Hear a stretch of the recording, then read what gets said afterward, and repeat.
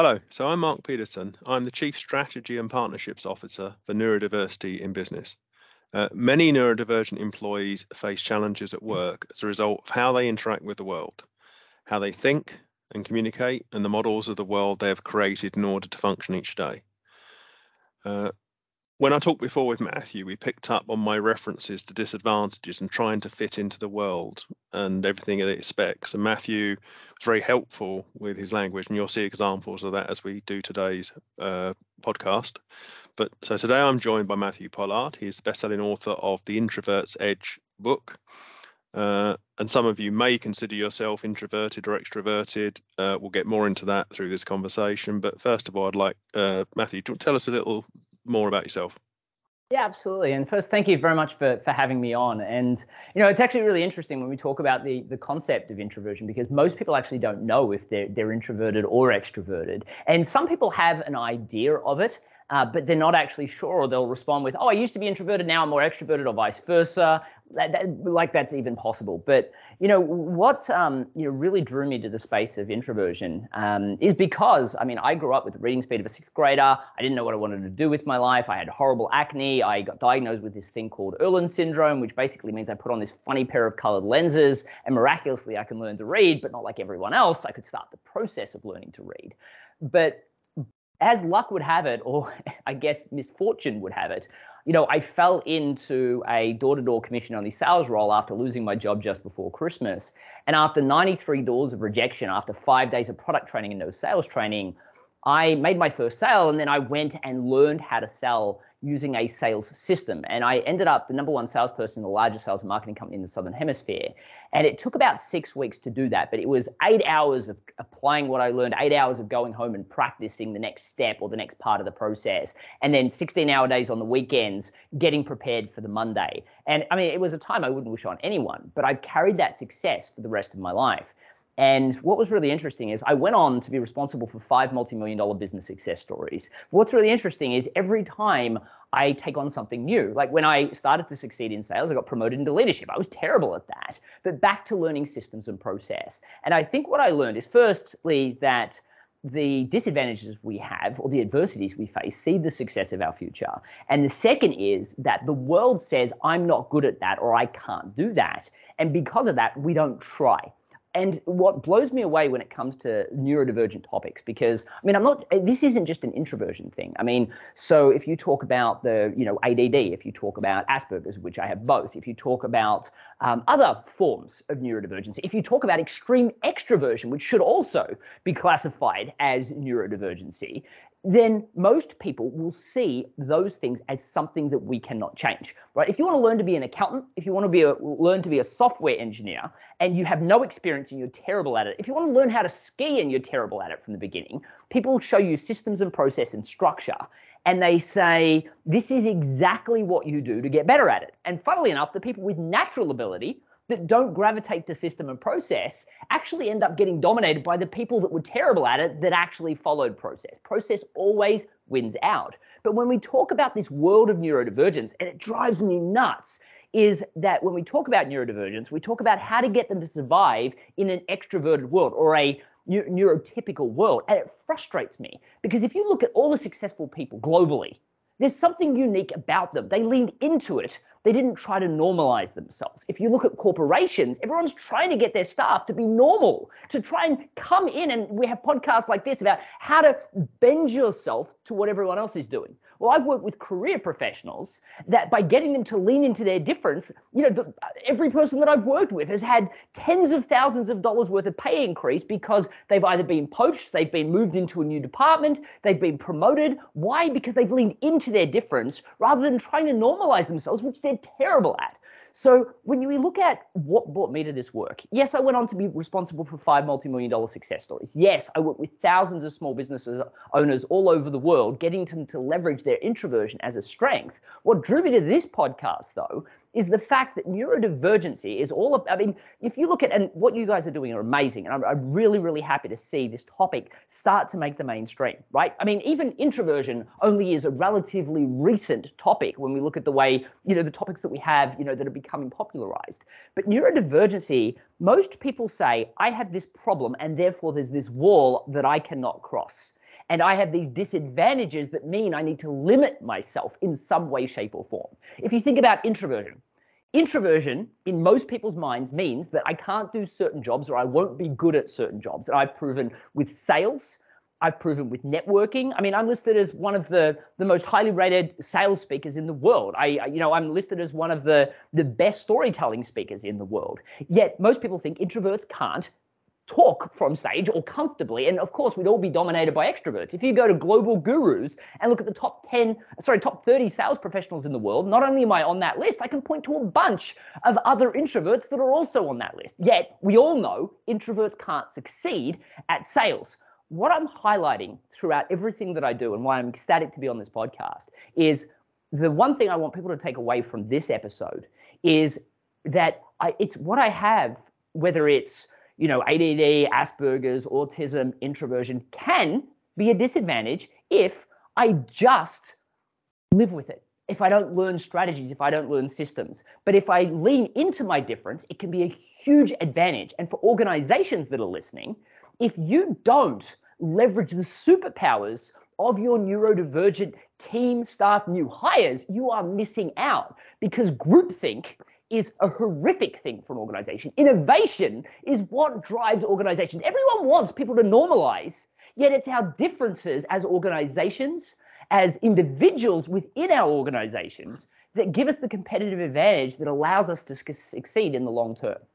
Whether at schools, we were probably expected to behave a certain way. We were given systems in order a teacher could manage a class of 20, 30, 40 students. They can't handle 40 students all going in different directions. When you're an employee in an organization, the HR departments have figured out how to promote, to develop. And when you don't fit into that box, you find yourself constantly being corrected or being fixed, or the focus is so much about the negatives in order to give them something to talk about. It's almost like they're trying to find excuses not to promote or not to pay increase or whatever that is that particular year. And as individuals, I guess it's very hard to progress, it feels, just purely on those strengths. When you've got, but he can't do this, or it doesn't network very well, or not able to speak in public, or doesn't maintain eye contact. All of the individual traits that we have, whether neurodivergent or not, get magnified by those conversations. Absolutely. But here's what I want you to get from that, though. You're focusing on all the things that you can't do, or that other people that are neurodivergent can't do. But who said they can't do these things? What happened is it isn't a natural skill, but you can lean into strategies to allow you to succeed. For instance, I struggle with eye contact personally, yet I've written one of the most successful books on the topic of networking. Some might say, if you can't keep eye contact, how do you network successfully? Well, there are strategies for that. Some might say that, how do you get somebody to buy from you if you can't maintain eye contact? Well, again, system and process fixes that. Now, here's the thing. If you're an employee listening to this and you want to blame HR and the world, there's nothing you can do about that, right? You're the effect of the problem, and there is no way out of that. So what you need to do is look at what you can do and can succeed. I mean, for me, I lost my job just before Christmas doing a data entry role that was my year of finding myself. I then looked at the paper, because in Australia, no one's hiring at Christmas time because it's our summer and Christmas. And the only things that were there were sales roles. So I could have said, well, I can't do sales. I struggle to talk to my own friends, let alone anyone else. But instead, I said, well, actually, it was because I was terrified of my father going home and telling him I was out of work. But I went and applied for all 5 sales jobs, and then I got 5 job offers, because they hire everyone, I found out later. People say, we just throw mud up against the wall and we see what sticks. Fun saying until you realize you're the mud. So here I am inside this job doing B2B telecommunications sales, door to door. I get 5 days product training, and I get thrown on this road. Now, this road was called Sydney Road in Melbourne, Australia. And I didn't even know what to say. And I could say, well, I've been set up here. In a lot of ways, I'd had. But I decided I'm going to push through. And door after door, I was rejected. I was sworn at. I was told to get a real job, which was always my favorite, because that was the only job I could get. But door after door, that just kept happening until my 93rd sale. Now, Here's what I could have said. Well, I'm just going to have to assume that as an introvert that struggles to talk to people, that literally got stuck in my words. I mean, in my personal life, sometimes I still do get stuck on my words, and what I'm going to say gets stuck in my head. I mean, that's not successful when I'm out selling.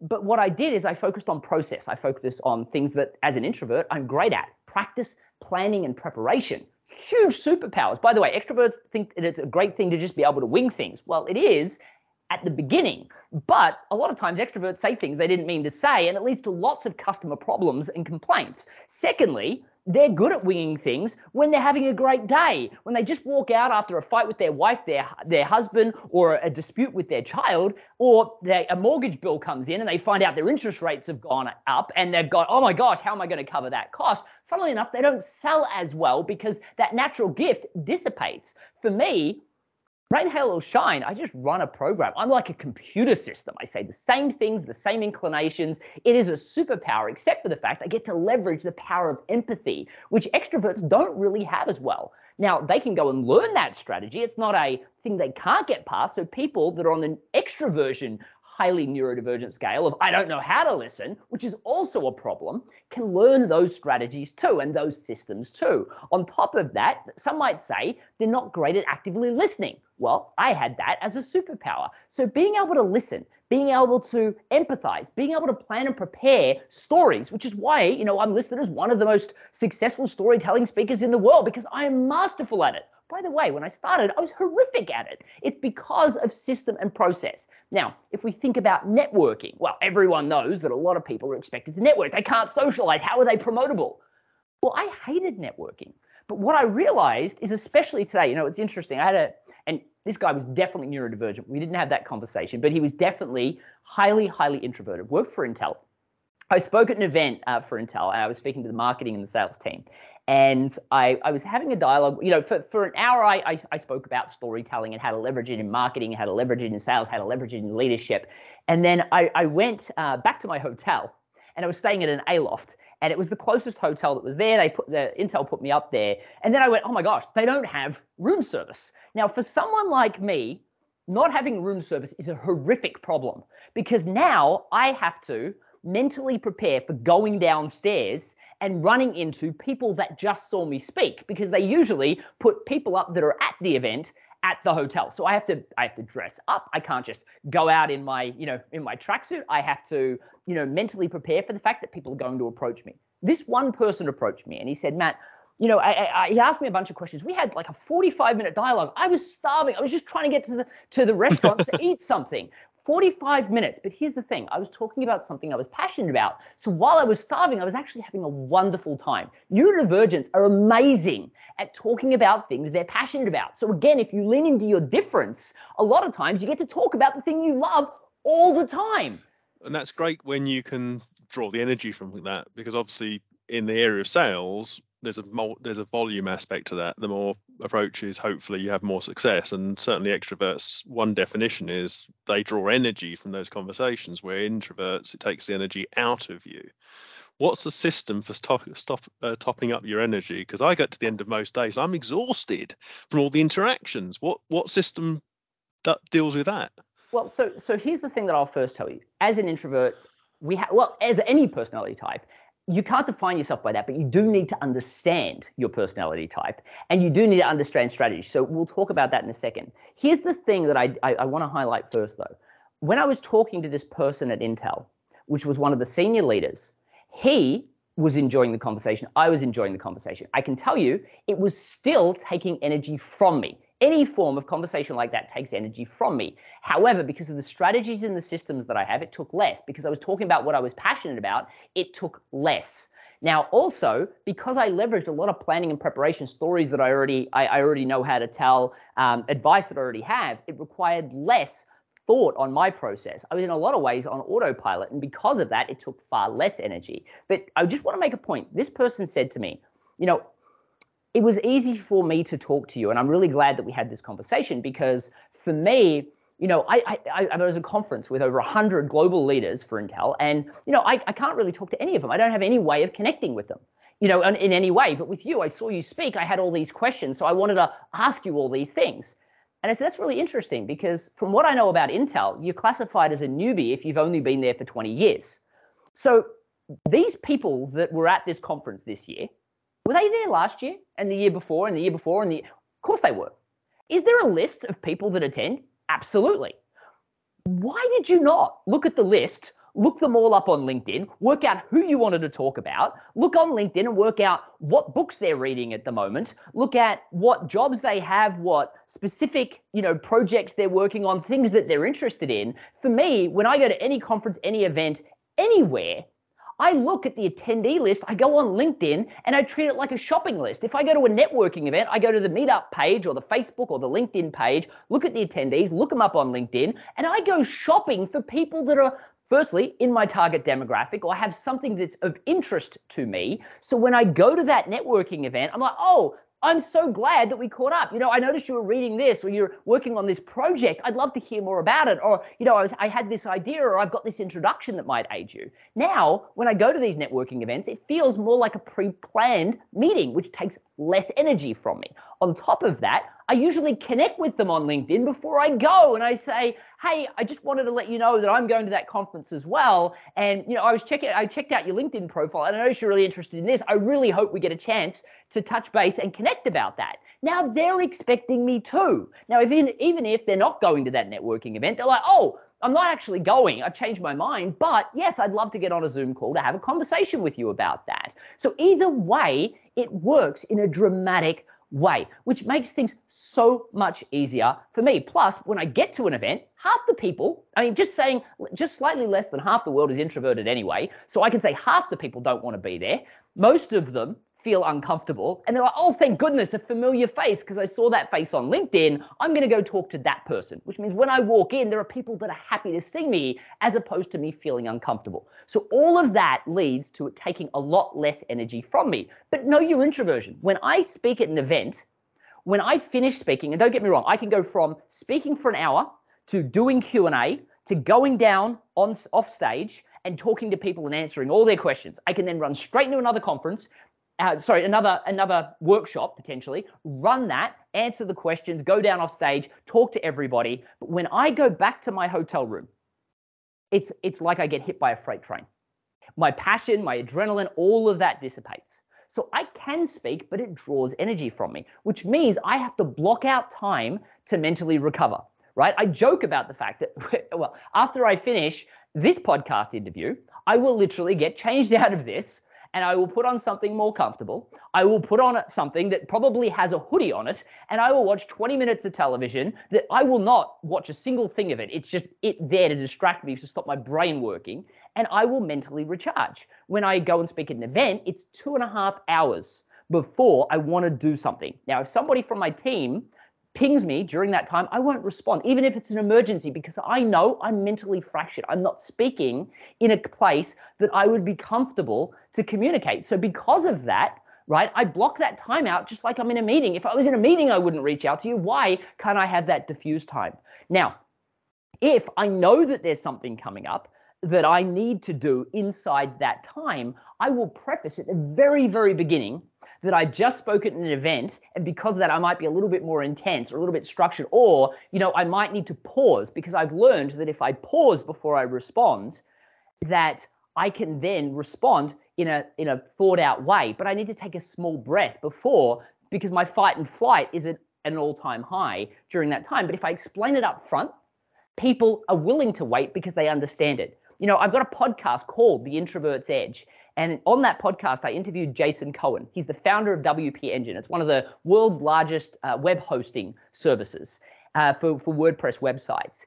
And when I interviewed him, he said, and by the way, amazing individual. He was the first, he became the CFO of his own organization. He raised the money, he built the company, and then became the CFO because he didn't want to be the CEO. But when he's sitting on a board meeting or goes into a meeting, he doesn't maintain eye contact.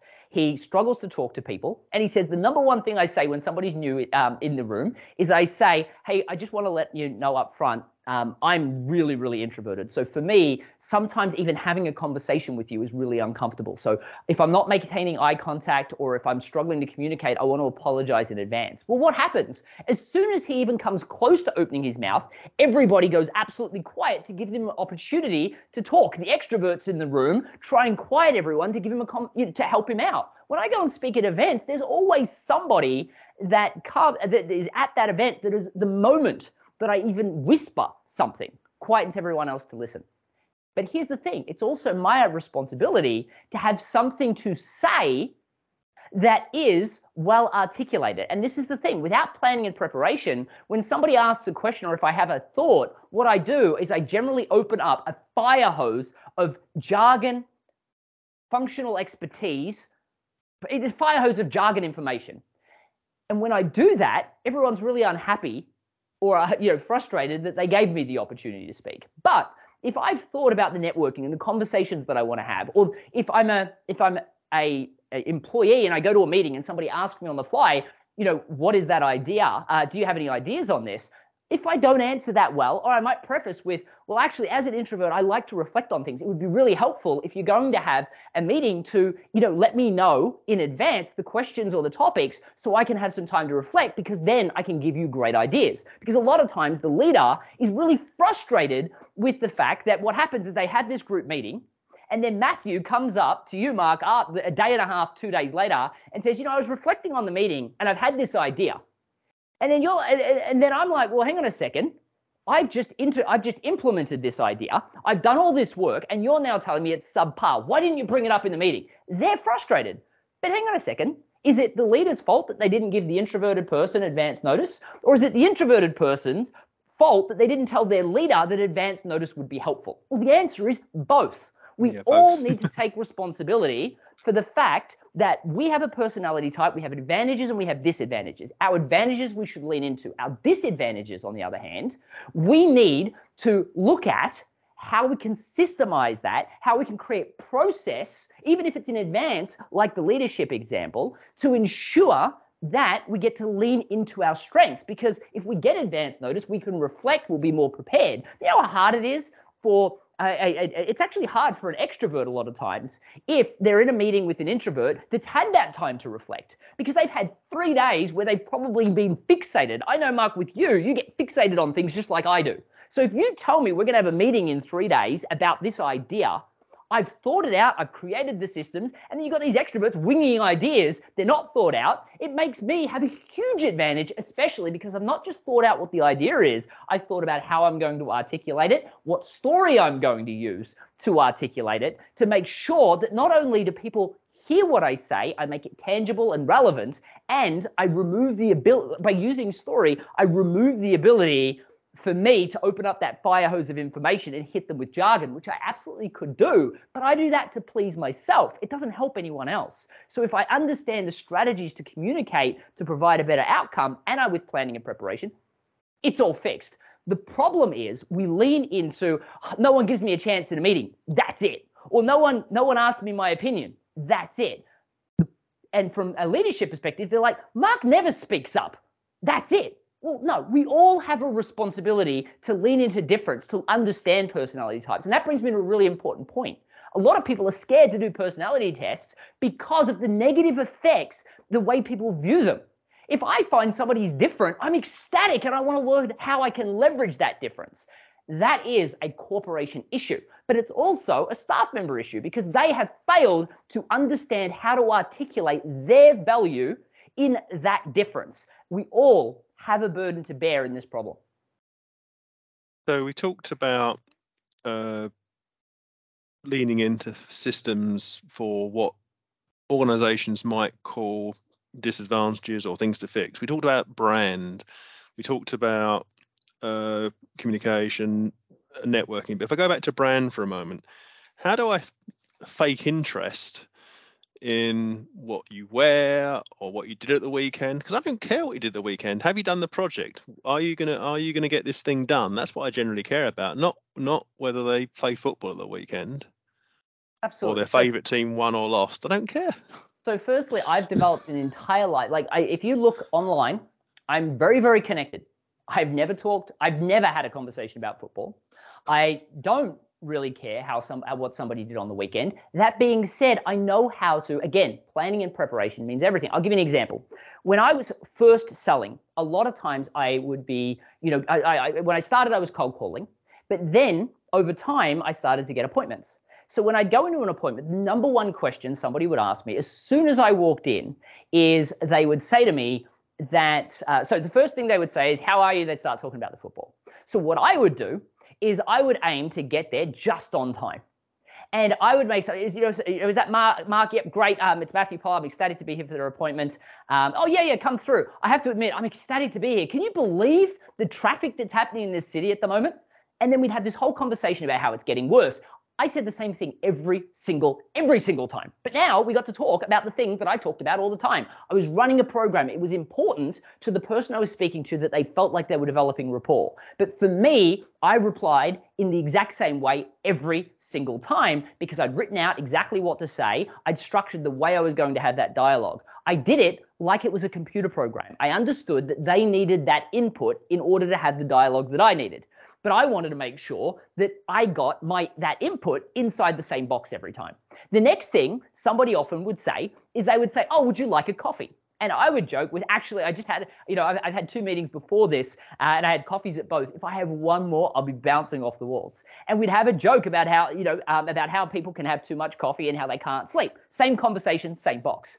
Over time, I then stopped drinking coffee and I started drinking mate tea, which is a Argentinian drink that has a different caffeine effect. So what would happen is somebody would then bring up a conversation about, they'd say, would you like a coffee? And I'd say, actually, I stopped drinking coffee because I found that it gave me too many highs and lows and my fight and flight mechanism was off the charts. And I found that this thing, this new type of caffeine called mate tea, well, not new, but something new for me, actually allowed me to keep this really good level throughout the day. So actually, I try to steer clear of coffee, but I would love a water because I learned that you have to accept what they offer or they feel like they haven't bridged that connection with you. That being said, I knew that we would then have an entire dialogue about how they could never give up coffee, how they're a massive coffee fan, or how they need it, or their kids get them up at 4 a.m. How could they survive the day without coffee? There were only about 3 or 4 variations, and I practiced the conversation every single time.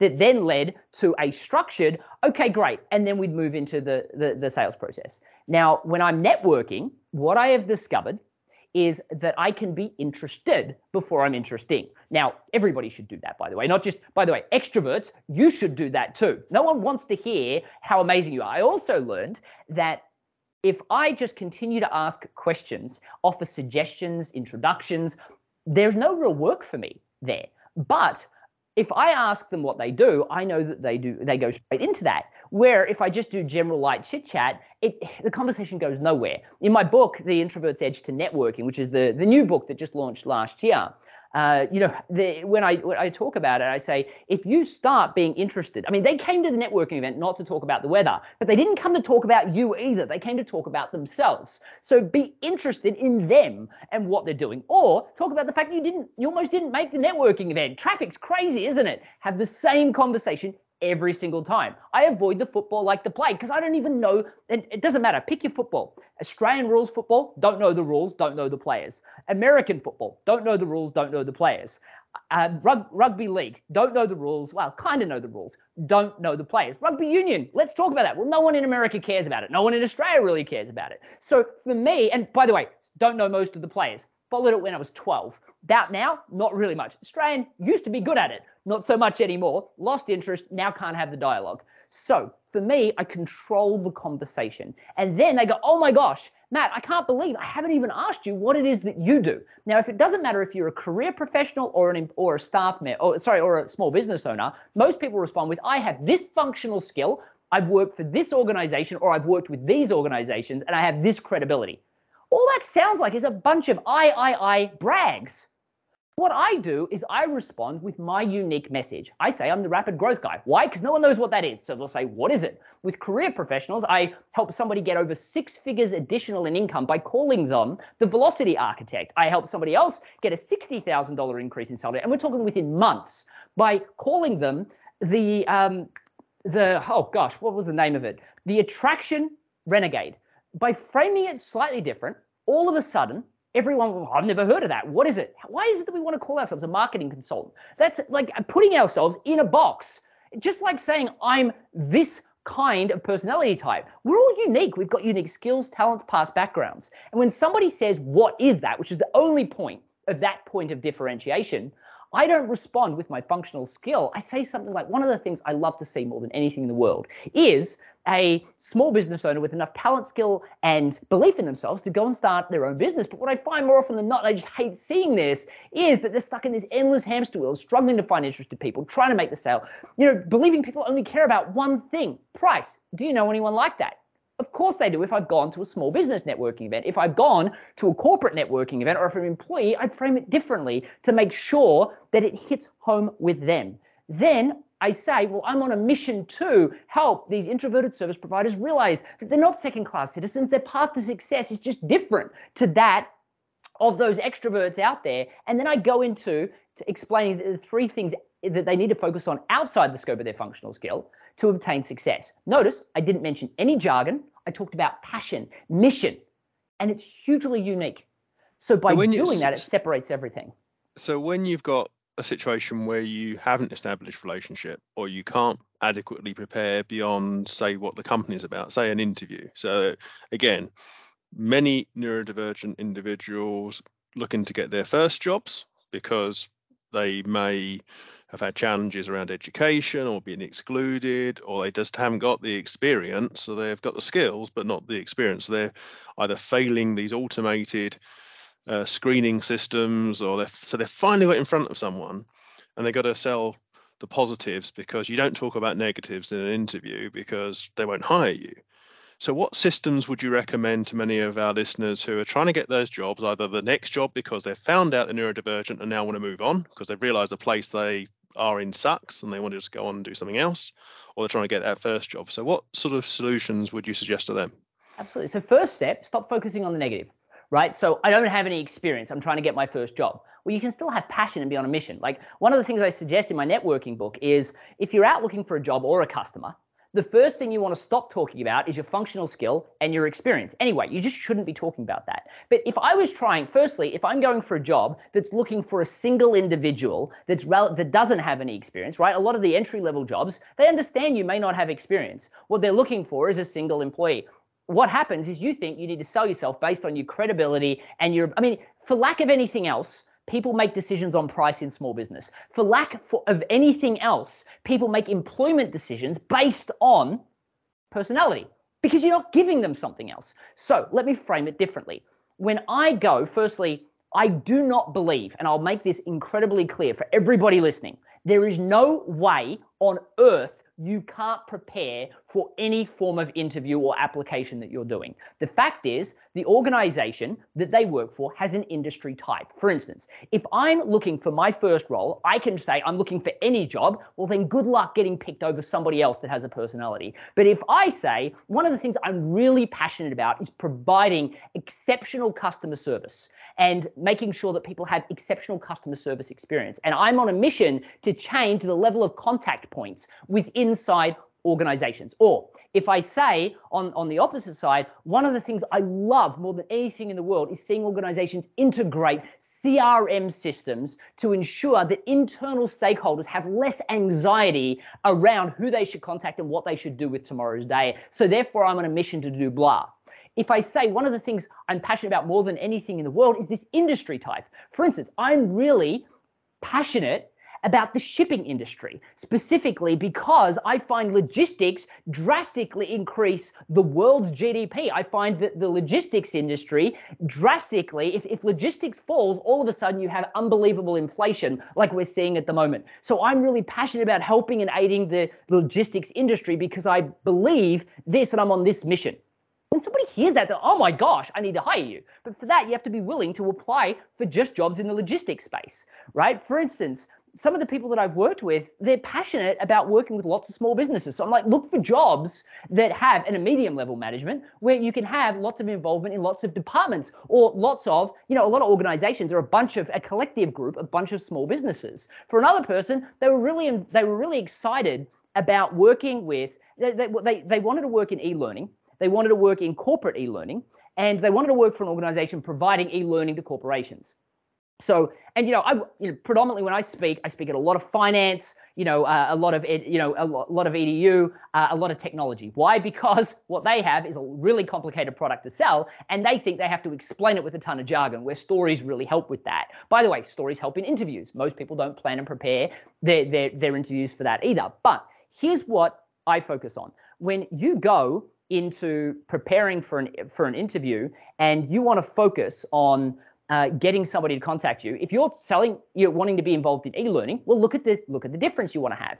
And what this person specifically was what they were passionate about was they believed that if they had better engagement with the current students, helped them get better successes, and then leveraged those successes into their marketing to attract new clients, they would be able to help an organization get more success. They were really passionate about e-learning, passionate about helping people use it, but also I helped her understand that she needed to connect it to ROI for the organization. So she'd struggled to get a job for a long, long time because she's like, well, what does it pay? What is it this? It was all I. I've got this experience. Instead, she started talking about how she was really passionate about this. She was on a mission to help organizations realize that they could leverage engagement of student base to leverage higher ROI with new clients and more customer acquisition. That's how she became the acquisition renegade. So the framework that you need to understand when you're trying to prepare as a new person, if you don't only apply for jobs in a place you have passion and mission, if you don't articulate that in your letter of application, you are letting yourself down. If you're middle level management, you can leverage that with a little bit of experience, but when you get to that interview, firstly, you should be looking up the person that's interviewing you, finding out what they're posting about on LinkedIn, find out what team members they currently have, work out, everything you can, understand them. When I was trying to get an event sponsored by Dell, I looked at the people that were involved in the Dell sponsorship. I found out that one guy was obscenely posting every day about his obsession about Peloton on Instagram. Before this interview, you and I were talking about how I'm a runner. So I just mentioned in conversation with him that one of the things I hate is I'm a runner, and come wintertime, it's raining all the time, it's cold, I can't go for a run. He talked to me for 45 minutes about Peloton. I didn't say a word, and he thought he had the best relationship with me. All I did was stay quiet and let him talk. And I didn't say at the end, oh, I'm not interested in that. I'm like, oh, that's really interesting. Thanks for sharing, because I have been looking for something. He thought we were best of friends. I barely opened my mouth. Now, when you get to an interview, you've got a choice. When somebody asks you a question, you can respond with a logical answer, which most people do. Not just introverts or extroverts, not just people that are neurodivergent or highly logical people. Everybody does. They start answering the question based on credibility and experience. And then that forces the interviewer to go, do you have any examples of that? And you say, oh yeah, I worked for an organization, but blah, blah, blah. I did some things.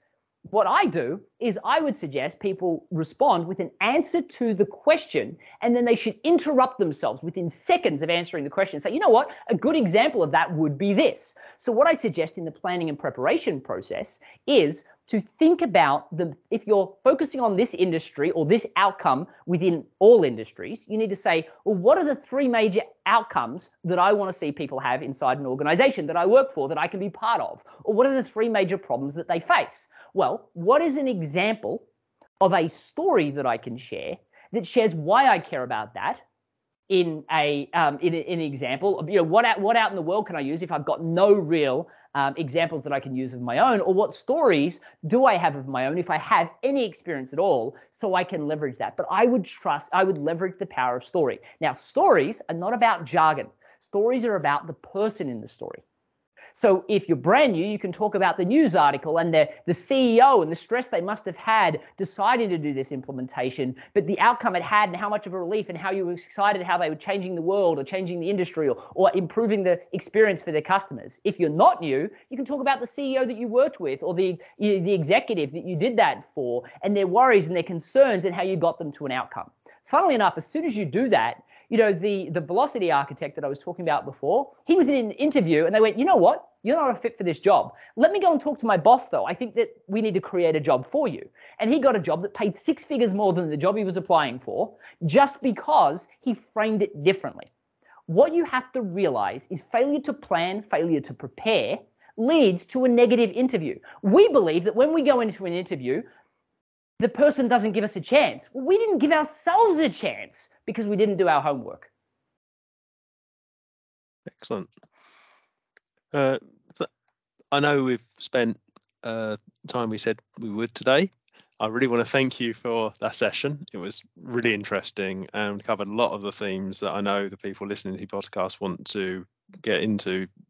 We talked about preparation. We talked about having those stories and how that can help you, whether you're networking, whether you're interviewing.